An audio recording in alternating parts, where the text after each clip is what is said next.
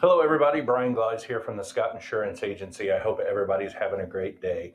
Thank you for tuning in to the Insurance Survivor podcast. I'm an insurance agent with the Scott Agency Incorporated, and I have done so for the last, 18 years. One of the things that I loved early on when Jill and I got married was watching the television show Survivor. And insurance is kind of like Survivor. You need to know how to outwit, outlast, outplay the insurance company sometimes in order to be successful. Today, I'm going to talk about insurance adjusters at the time of claim. So insurance adjusters will typically work for the insurance company. Sometimes they're independent insurance adjusters that are like contractors. They don't necessarily work for a specific company, but they contract their services, especially in higher times of need. So there's really two different types of claims adjusters, in my opinion. One is a claims adjuster that tries to find coverage inside of the policy for the client. That's the kind of adjuster that clients like the best. The other type of adjuster is the opposite. It's an adjuster that's looking to be able to deny the claim in any way that they can find something in the policy. Now, my insurance companies and insurance adjusters will probably disagree with those two categories, but still talking to you about this in the real world and how things really go on. The key of it is you don't have a choice. You can't ask for a claims adjuster that wants to find coverage versus a claims adjuster that wants to exclude coverage. Now, there is a third type of claims adjuster out there, and those are claims adjusters that are assigned to what we call CAT claims or catastrophic claims. Whenever you have a tremendous storm or an incident blow through your county, they will send out a team of CAT adjusters that are going to be quick, down, and dirty. They get in, adjust the claim because there's hundreds, if not thousands, of claims in that area, and they just move on down the road. But those are the way that I categorize my claims adjusters. Now, what is the role of your insurance agent when an adjuster comes calling? Quite honestly, the adjuster does not want to hear from the insurance agent. We're the touchy-feely ones. We're the ones that know the client and listen to you and know your needs, and we're empathetic, where a claims adjuster can be looked at more as a legal eagle. They are going to be devoid of emotion in a lot of cases, and they are just here to process the policy language. Is it covered? Yes. Or is it not covered? So as far as your agent goes, I rely on you heavily to tell me what's going on with the claim and if you need to get me involved. Because there are times that I will be able to translate your policy better than you can, and that's a good thing. That's the reason why I'm here. But claims adjusters typically know that policy inside and out, but they are still human. Sometimes they make mistakes, and getting a second opinion from your insurance agent is never a bad idea. Now, whether it is a claim with your car or a claim with your home, I always suggest that you get estimates from local contractors or local body shops. When we have a catastrophic event, there will be storm chasers come in and they will be calling and, hey, we're going to be in your area. Can we look at your roof? People will be knocking on your door. Hey, we're doing the house next door. Ask a couple questions to them. Hey, where's your home base located at? If it's Texas or Florida or things like that, you can count on that you will probably never see them again if there are issues with the construction. That's the reason why I say do work with a local insured contractor or body shop so that they'll have the warranties, and if there are any service issues, you'll be able to get a hold of them. Another reason why I want you to use a contractor or a body shop is because it allows us a second opinion to the insurance adjuster's estimate.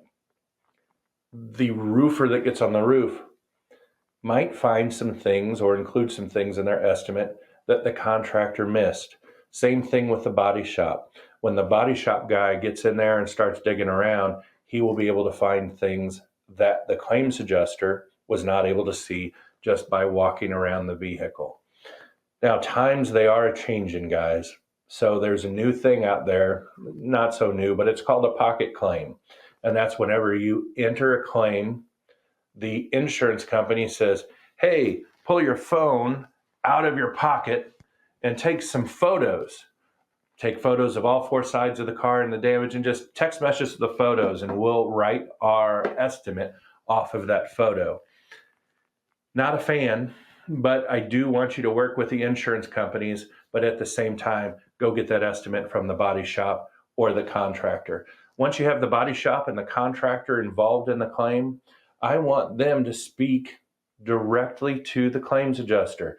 Let the expert insurance person speak to the expert auto body guy or the expert contractor, because I'm neither. I don't know how to roof your house. I don't know how to fix your car, and I don't know all the legal details that the claims adjuster does of the policy. So let those guys speak directly. Try not to become the monkey in the middle.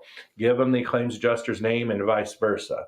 When the claims adjuster comes out to look at your roof, I would like your contractor on site. Get up there on that roof with the claims adjuster. A lot of times the contractors know how to work it, and they're going to set the ladder up on the roof for the claims adjuster, so the claims adjuster doesn't have to get their ladder out or anything like that.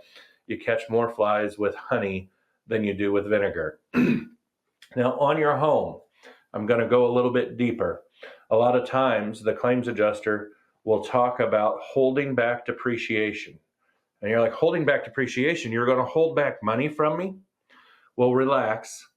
If you have a replacement cost policy, which most of them are, the depreciation that the claims adjuster is holding back, the money that the claims adjuster is holding back, will be released as soon as you finish the repairs. It's a way for the insurance company to make sure that you don't take the check and go on a vacation to Florida instead of repairing your roof. Now, on the auto side of things, there can be things called a supplemental claim. When the auto body guy gets your car taken apart, sometimes he or she will find stuff that was not able to be seen with all the skin on the car and things like that. These are typical and it's normal. They're called supplemental claims. The auto body guy should speak directly to the claims adjuster in order to get those items fixed. Now, sometimes when you're getting your home repaired after a claim or your car, it's a great time to improve some things. I know when my roof was replaced, the roofer said the amount of ventilation that you have on the roof is inadequate. And if we leave it alone, the shingles that we put on your roof are going to deteriorate faster than they would normally. So he suggested we cut a vent ridge down the length of the roof in order to increase the ventilation. Now, we went ahead and accepted the contractor's suggestions.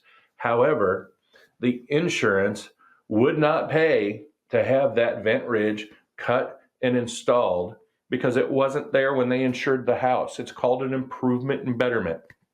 Well, I want my shingles to last as long as they can. I'm okay with paying a little bit of money out of pocket, especially if the contractor tells me it's going to make a better roof. Let's do it a little bit differently. Let's say you only had a 20-year shingle on your roof, but you want to upgrade to a 30-year shingle. Same thing. The insurance company will pay to have a 20-year shingle put on your roof. And if you want to upgrade to a 30, you will just be responsible for the difference in cost from the 20-year shingle to the 30-year shingle. Now let's look at your cars. A lot of my Jeep drivers, those Jeeps have those flat facing windshields, and they're very prone to rock hits.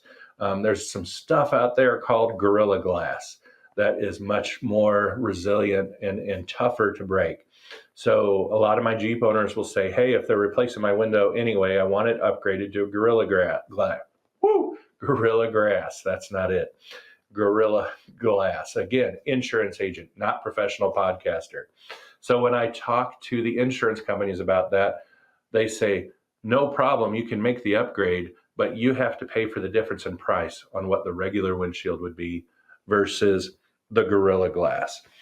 And one of the things that I'm going to leave on is be nice. In all things, be nice, please, whether you're talking to your agent, whether you're talking to the adjuster or a contractor. You may or may not be amazed at the number of people that get on a telephone with a claims adjuster and say, well, this is what you're fixing to do. You're fixing to give me this much money. You're fixing to fix all of my stuff. And they physically tell that claims adjuster what they're going to do. And in a matter of fact point, that is the worst way to introduce yourself to a claims adjuster. Claims adjusters are humans. They can have bad days. If the claims adjuster has been getting pummeled by claims through a storm or a catastrophe process, it's amazing. Yes, it's their job, but they still have more claims than they can physically get to in a day. So your kindness can move them up the list. And also with you being prepared, when that claims adjuster calls you and he asks, do you already have an estimate for the repair on the roof or the car or whatever it is? And when you say yes, that's a great thing. The claims adjuster now has information from the contractor or from the auto body shop to compare what the professionals say need to happen versus what his findings are. So that helps. Now, I'm not going to go into a total loss process today on an auto vehicle. That's going to be a completely separate podcast and video, but that's going to be a good one. I want you to tune into that if you would, please. So at this time, know that we're at 11 minutes and 30 seconds. I do not want these things to drone on, so you're just listening to a talking head. You can find us on the web at scottagencyins.com. You can find us on Facebook underneath Scott Agency, and we also have a YouTube page. So we are here to help empower you as a client to survive your insurance. That's as good as the jokes get, guys. But thank you so much for your time. I hope you find this information helpful. This is the exact information that I advise my clients at the time of a claim so that they can help navigate it as successfully as possible. So I hope everybody has a great day. Thank you for your time. Bye-bye.